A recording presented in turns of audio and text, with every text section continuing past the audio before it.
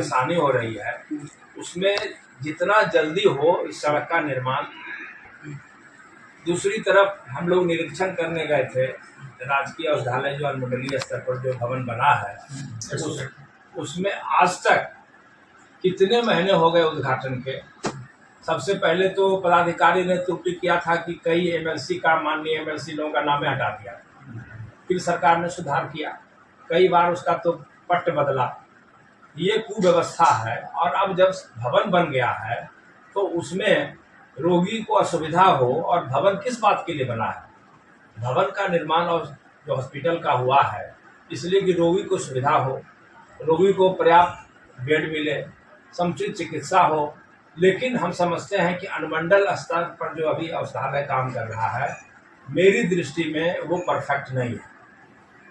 न चिकित्सक अच्छे से काम कर रहे हैं, न दवाई जितना सूची में है वो दवाई उपलब्ध औषधालय के पास नहीं है। हमने गंगा मोड़ में अभी पिछले सत्र में विधान परिषद में जो सत्र चल रहा था उसमें माननीय स्वास्थ्य मंत्री जी ने हमारे इस सवाल के जवाब में कहा था कि गंगा मोड़ में 2 डॉक्टर की पोस्टिंग है। आप जाके देख सकते हैं कि 2 में कोई डॉक्टर वहाँ नहीं है। सच्चाई यही है कि जो थाना जिस भवन में चल रहा है उस भवन के बगल में राजकीय औषधालय है। थाना का भी जमीन हम लोगों ने ही दिया है। औषधालय जो है सो बनारसी बाबू जो स्वतंत्रता सेनानी थे, प्रथम सांसद थे, उनके नाम पर वो स्मारक स्वरूप औषधालय है। और इतने बड़े व्यक्ति के नाम पर जो औषधालय चल रहा है जहाँ से पूरा वहाँ जंगल में जो भी एक्सीडेंट होता है सीधे गंगा मोड़ आता है। नहीं वहाँ पर डॉक्टर है, नहीं ड्रेसर है, तो खड़गपुर आना पड़ता है।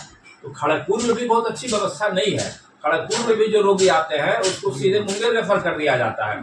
तो रेफर मुंगेर में जाएगा इलाज कराने तो उसको कहा पीएमसीएच रेफर कर दिया जाता है। तो रेफर से तो बीच में ही लोग मर जाते हैं। ये स्थिति है। तो गंगा मोड़ में डॉक्टर नहीं है, हमने देखा जा करके। तो मंत्री लोग जो हैं सो आश्वासन जो सदन में दे रहे हैं वो झूठा साबित हो रहा है। अभी कई पत्रकार लोगों ने भी गंगा मोड़ का मामला उठाया है। तो वहाँ एक तो भवन जर्जर हो रही है, तो लोगों ने कहा कि फलाना एजेंसी से जल्दी से बन जाएगा, 4 दीवारी बन जाएगा। ये कब बनेगा? बार बार सदन में स्वास्थ्य मंत्री का जवाब आता है, लेकिन स्वास्थ्य व्यवस्था मुंगेर में चौपट है।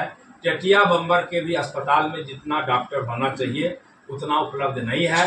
टेटिया बम्बर में भी समुचित इलाज जो प्रखंड मुख्यालय में औषधालय है वहाँ भी हमको जानकारी है, स्थानीय लोगों से मेरी बात हुई है, स्वास्थ्य सुविधा पर जिक्र किया है, कोई व्यवस्था नहीं है।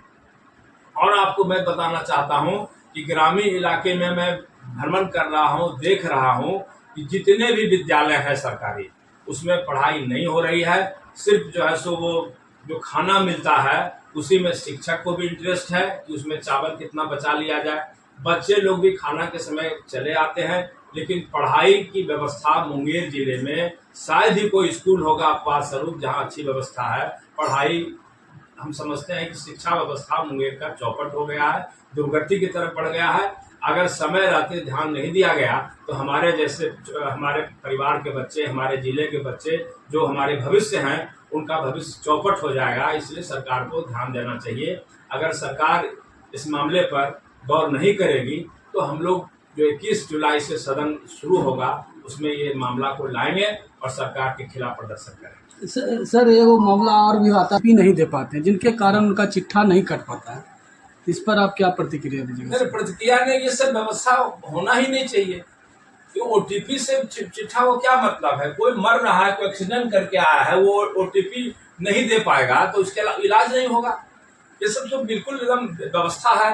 ये सुविधा के नाम पर जो है असुविधा पैदा करने की बात हो रही है। अभी हमने आपको स्वास्थ्य व्यवस्था के